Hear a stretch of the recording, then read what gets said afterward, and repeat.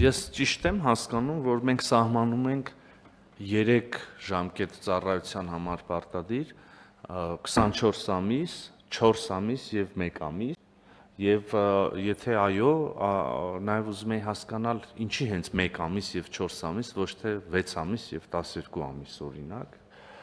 Մեկ ամսվա դեպքում էլի կարող եմ տրամաբանությունը ենթադրել, այսինքն նվազագույն պատրաստություն անցնեն զորակոչիկները, հետո այդ հնարավորությունից օգտվեն, բայց 4-ը չգիտեմ, խնդրի ես բարձրաբանել։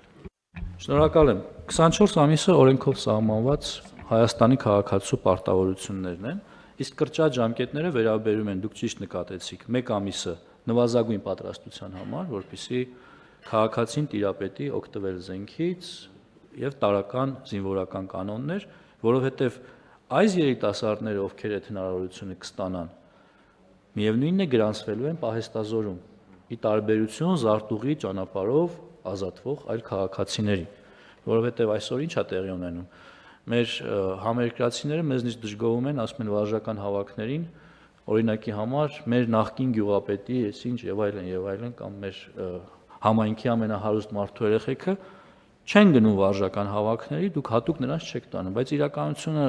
կայանում է նրանում, որ այդ մարդիկ ուղղակի չեն ծառայել բանակում եւ հաշվառված չեն պահեստազորում եւ չեն կարող վարժական հավաքի հրավիրվել։ Այսինքն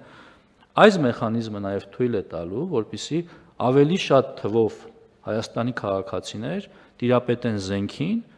եւ նաեւ ըստ անհրաժեշտության համալրեն պահեստազորը։ 4 ամիսը դա ուսումնական զորամասի չափականակն է, որտեղ պիտի անցնեն ուսումնական process, այսինքն ովքեր կօգտվեն այս ծրագրից, ուսումնական զորամասից զատ այլտեղ ծառայություն չեն իրականացնելու։ Սրանում է այս թվերի սահմանման պատճառը։ Պարոն Իսկ 32 տարեկանը ինչով է պայմանավորված։ Պատգամավորը առաջարկել էր, որ թիվը սահմանենք 37, ըստ էության մեր միակ նրա հետ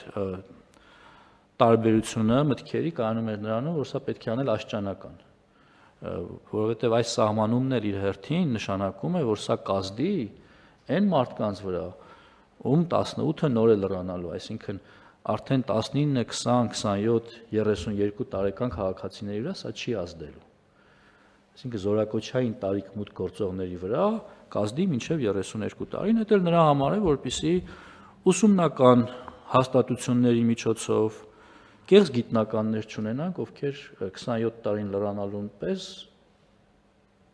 ազատվեն զինվորական ծառայությունից, այլ ունենան պարտականություններ եւ օգտվեն մեր ծրագրերից միայն իրական գիտնականներ, օրինակ։ Պարոն Այսինքն մարդիկ նախկինում սահմանված 27-ի շեմն ենք դարձնում 32 եւ մարդիկ զինապարտեն մինչեւ 32 տարեկան ոչ թե պայմանագրային ծառայության վերց, որտեղ այնտեղ էլ շեմ ունենք, չէ՞։ Այո, խոսքը վերաբերում է 27-ը 32 դարձնելուն, այսինքն շեմը տարիքային զինապարտների փոխվում է, իսկ ինչ վերաբերում է ձեր նշած հատվածին, մարդիկ ներողություն զինապարտ են մինչև 50 տարեկանը։ Մեզ մոտ այս շտկումը վաղուց է արված, նախորդ կառավարության նիստին սա հնչել է, իհարկե վարչապետի հանձնարարությամբ մենք կաշխատենք նաև այս հարցում որոշակի լավարկումներ կատարելու, դա վերաբերել է ներքին գործերին։ Մեր մասով այս խնդիրը հիմնականում լուծված է, բայց որոշակի լավարկումներ կանենք։ Պարոն Իսկ ո՞նց ենք ապահովելու, որ այդ ճանապարհով պետբյուջե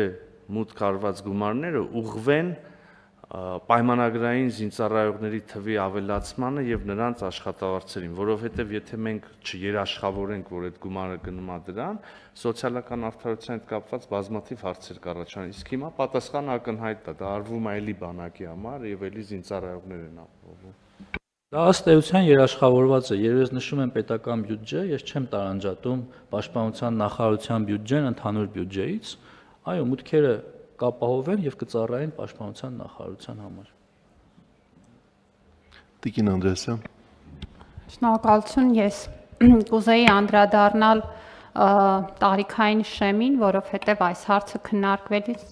Ինչպես պարոն Պապիկյանը նշեց, մենք հաշվի ենք առել նաև մեր ընթացիկ ծրագրերը եւ կհիշեք որոշ ժամանակ առաջ կառավարության նիստում քննարկում էինք արտերկրի հեղինակավոր բուհերում կրթություն ստանալու հետ կապված հնարավորությունների ընդլայնումը եւ առանձին քննարկման հարց դարձավ հետո արդեն այս ուրեմն մեր կրթված երիտասարդների վերադարձի հարցը եւ նրանց ըստ էության այդ ներուժի օգտագործումը մեր հասարակության զարգացման եւ այստեղ աշխատելու տեսանկյունից մենք բավականին ուսումնասիրություններ ենք արել այս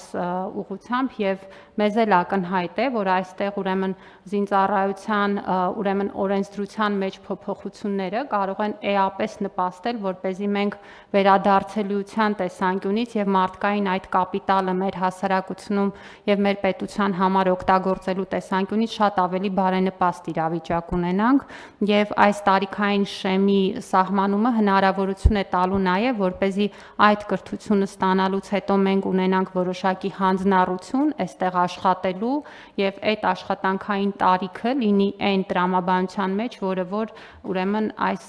զինծառայության վերին շեմն է եւ նաեւ սինխրոնացված են այդ իմաստով կարգավորումները, որպեսզի մի ոլորտի եւ մյուս ոլորտի կարգավորումները համահունչ լինեն եւ չխանգարեն մեկ-մեկու։ Շնորհակալություն Տիկին Անդրեասյան, պարոն Մեսրոպյան։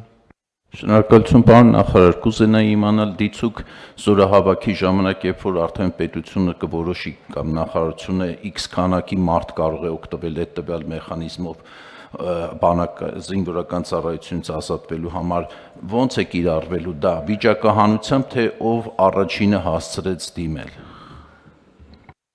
Պարոն Մեսրոպյան, մենք հիմա առաջ ենք ընկնում, որովհետև դա դեռ կառավարության որոշումով պիտի սահմանվի։ Տարբեր մտքեր կան, այդ թվում նաև վիճակահանության ավելի արագ գրանցվելու, այսինքն դա դեռ կքննարկենք եւ նաև այստեղ էլ հնարավորություն կունենանք դրա մասին մտքեր հնչեցնելու։